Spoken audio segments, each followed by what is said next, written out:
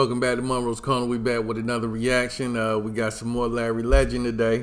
This is NBA Legends and Players explaining how scary good Larry Bird was. All right, let's get it, man. I still got Celtics in 5. Yeah. You know what I'm saying?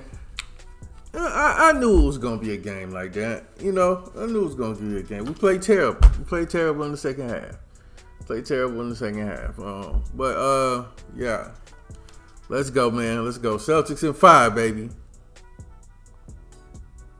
Road to 50K. 50K by Independence Day. Let's turn up, man. Hey man, it's your boy YG aka Yangala, and Larry Bird is one of those guys we have to put respect on because he was cooking your favorite player in the 80s. And what made him so special is that he can shoot lights out and his IQ was off the charts. That's what really made him unguardable. And the cherry on top of all of that is that he will talk a whole lot of trash. And it was so disrespectful. I'm not gonna say anything because the NBA Legends gonna talk about it, but Larry Bird was so good that he scored 47 points with his left hand. It was getting too easy for him in his 47 prime. And I hate how left. people don't think Larry Legend won't survive in today's league just because he wasn't the most athletic. But that doesn't make any Larry would punish in today's league.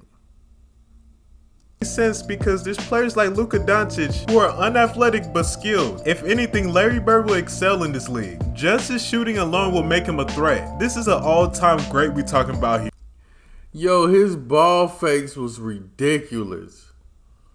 Legends will find any way to dominate the game. So anyways, man, we're gonna listen to NBA Legends and Players talk about how scary good prime Larry Bird was. But before we get straight to that, make sure you like, share, subscribe, and hit that notification bell for the culture so you won't be missing any of my videos. And let's get to the vid, man.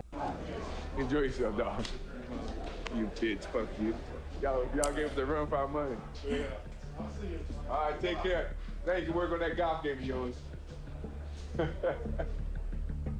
One of the greatest players to ever play this game. A kid from French Lick, Boston, and one of the few guys to ever be in a three-point contest and shoot with a warm-up shirt on. You know what I'm saying? But just as he played until he couldn't play no more. Obviously, we know that he just played till he literally couldn't play the game no more. He gave everything he had, and for young guys that don't know him, they think of Larry Bird as a jump shooter, but he was so much more than that. He was a passer. He averaged double-digit rebounds.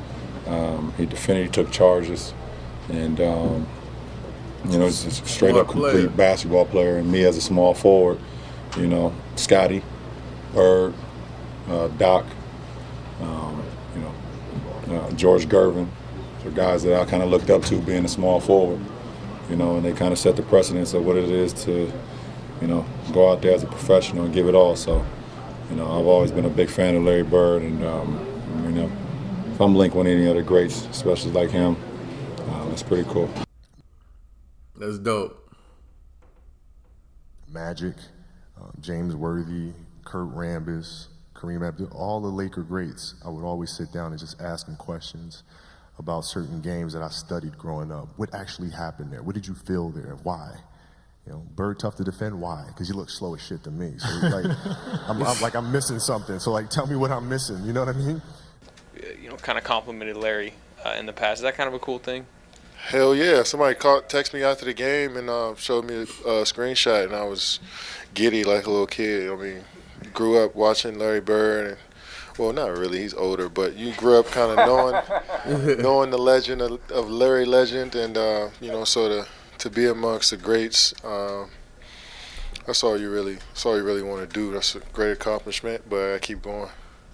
Just a love for the game and love for practice and love for shooting. I think that we're similar in those areas. But he allowed players like myself to kind of dream big and think big at that position and to do things that traditional small forwards, I guess, or big men weren't doing. And he's one of the first guys you see. Patterned my game, who I wanted to be like, who I wanted to play like after Larry Bird. So I was torn. So I love them both, and to have a chance to play against Larry early on in my career and then kind of be under his leadership when he took over as head coach, it was a thrill for me because that was, one of the players that, I really idolized and patterned my game after. What Larry was able to do. That got to be so awesome. You know what I'm saying? Somebody you patterned your game around, you know what I'm saying, becomes your coach. You know what I mean? Like, that's crazy.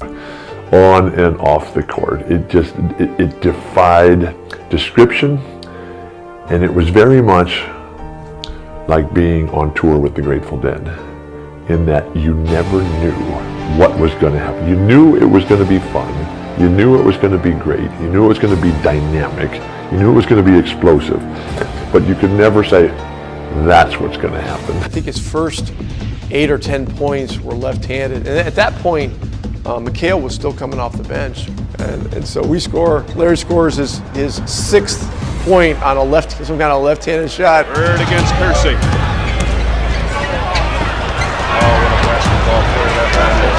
And McHale goes, hey, Jerome, wait till he starts shooting right-handed.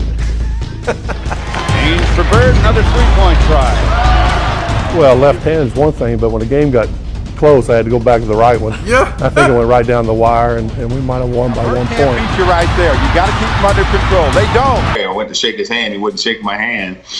And I remember saying to myself, well, maybe he's just getting into the game. And I remember the first play of the game, he said, you don't even belong in this league, Holmes. And he shoots a 3. I'm like, I wasn't mad he made the 3. I said, did he just call me Holmes?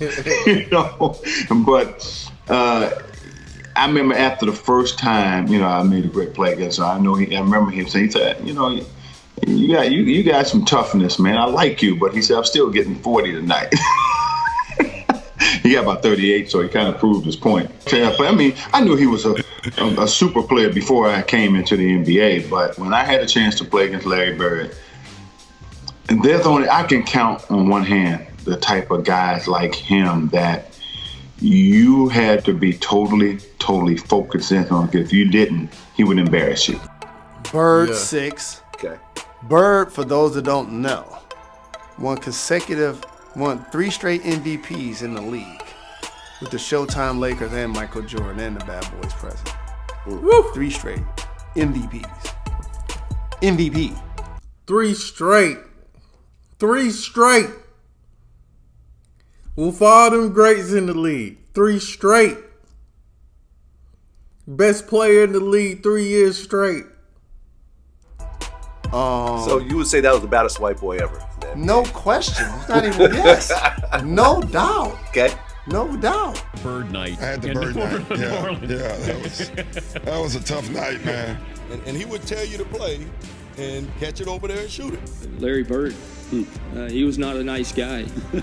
He talked to everybody. He was talking trash all the time, man, but fun. And they called a timeout, and he turned around and looked at me and said, I'm going to score right here on you. And he came back out and hit about 10 in a row on me, and the last one was left-handed, and he asked me if my mother was watching. He was calling shots Damn. off the glass, who's next, where you want this one from, and he just made one after another. When he got to about the 55th point, you knew it was something special. He may have been slow, but he was so skilled, man. He was so skilled, dog. Let me tell you something, man. All that flashy stuff, cool, look good and all that, man. Get your fundamentals down. Hone them skills. Hey, you'll be unstoppable out there.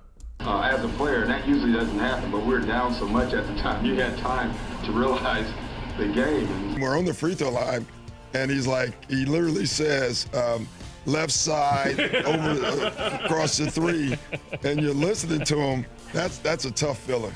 Yeah, that was the one game that I think he tortured Dominique. He saw Dominique, this up-and-coming player, and he just tortured him mentally that game. He tortured all of them. I mean, it was mind-blowing.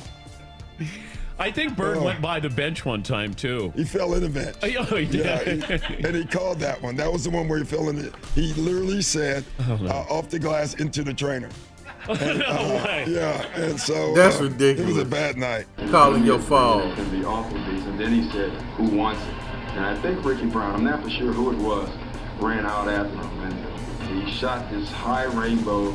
It goes in. Ricky bumps into him, and accidentally knocks him on our trainer's lap. So it was exactly what he said. Antoine Carr and Cliff Levingston got fined by Fratello, I think. And Eddie Johnson for celebrating. Celebrating Bird. Yeah, it was the best film session. Every time when I see Mike, we still laugh. That's crazy. God, it was the greatest film session ever, because back then you didn't have, you watched the real game and just went, with a video, and Mike rewound the celebration 20 times. He just kept, not the shot, he just kept rewinding it, showing the guys. You remember they were giving each other high five. And then somebody falls off the bench. Yeah, too. that was Eddie Johnson. Yeah. Eddie Johnson falls off the bench in laughter. I mean, everybody was entertained by this. Even That's one the guys five. on the guys on the Atlanta bench. They got fined for that, I heard. Yeah. Watch the reactions on the Atlanta bench. That's bad when you out there getting flamed on the court and your teammates just over there laughing.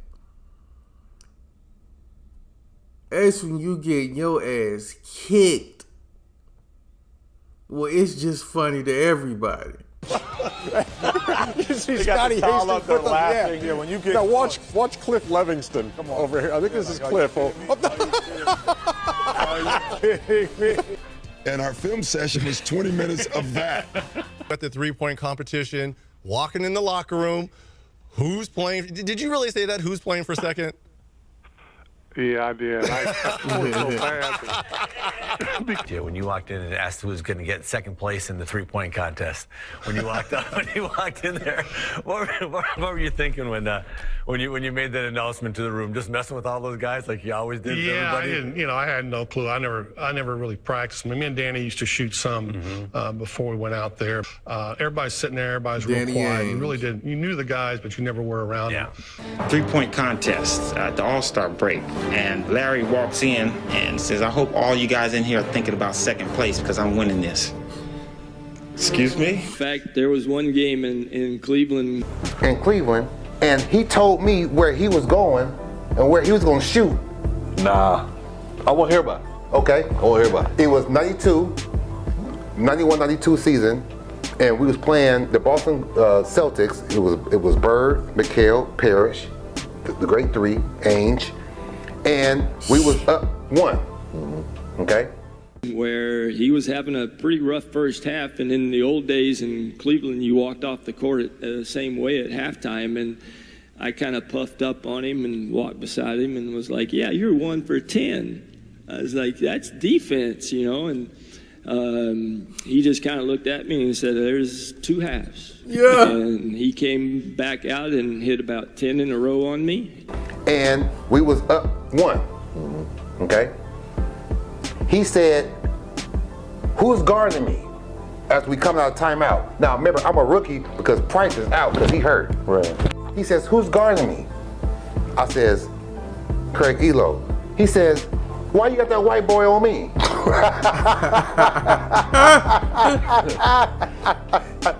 Don't put no white boy on me. He said that was the most. Now, remember, Larry Bird is white. Right. And the last one was left-handed, and Larry Bird didn't like no white boy guarding him, man. That's so funny, man. He asked me if my mother was watching. Bird didn't talk trash to you, Oh, my God. Bird talked trash to everybody. But didn't he? Did he get to a point where he had respect for you? I always tell this story about Larry Bird. I remember him, he was cursing under his breath. And I asked him, I said, Larry, what's going on with you? He says, you guys are being disrespectful to me. And I says, what are you talking about? He says, you guys are putting a white guy on me. That's disrespectful. Wait, who's the white guy you put on him? I can't remember who it was. I just started laughing. I had no comeback. But he says, it's disrespectful when y'all put a white guy on me.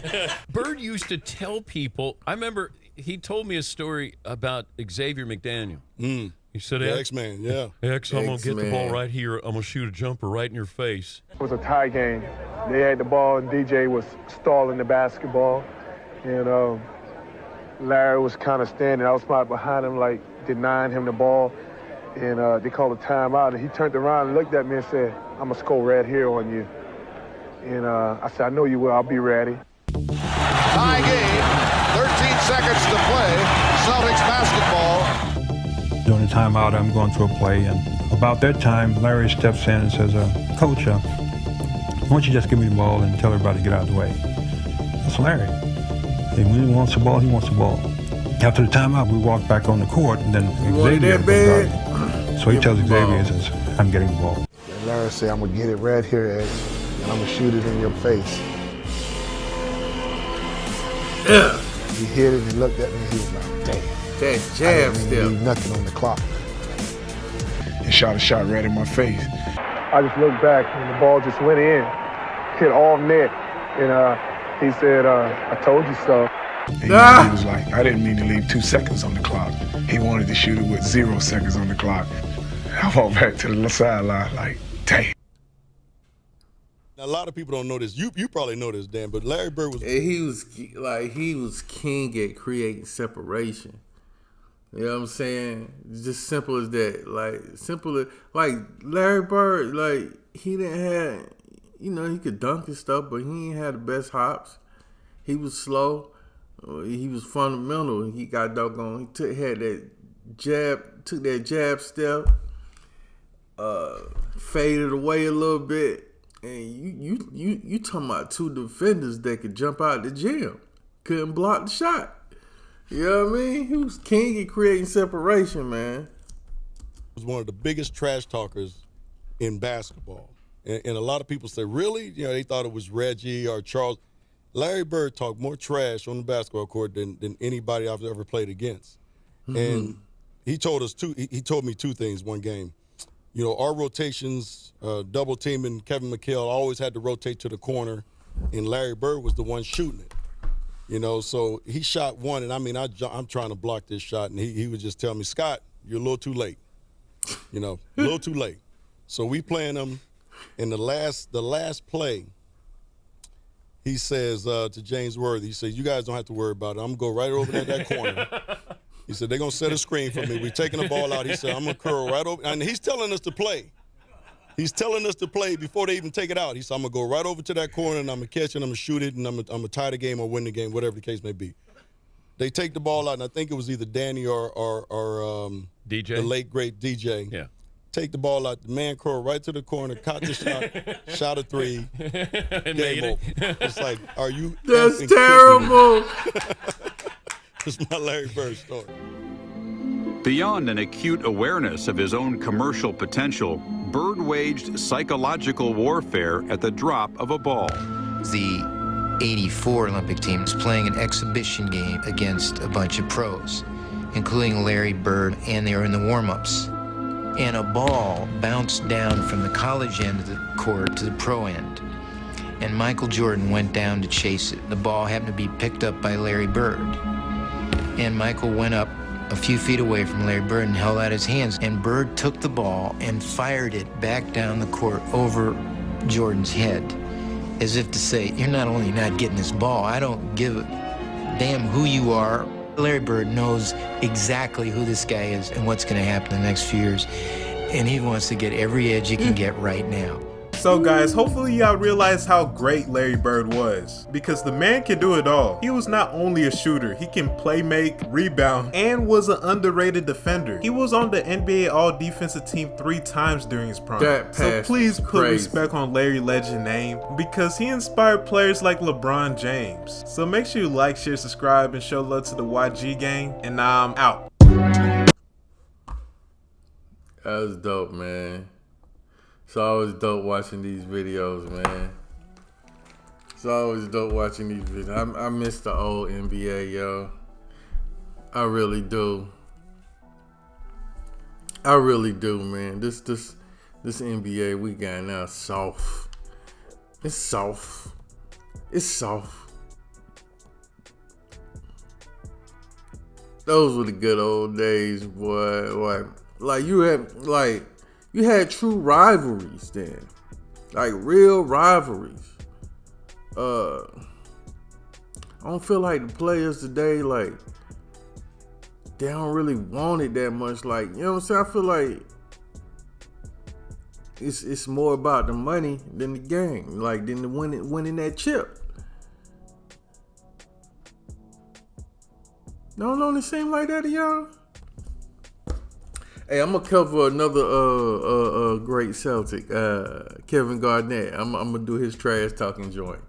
Oh man, that dude can talk some trash, boy.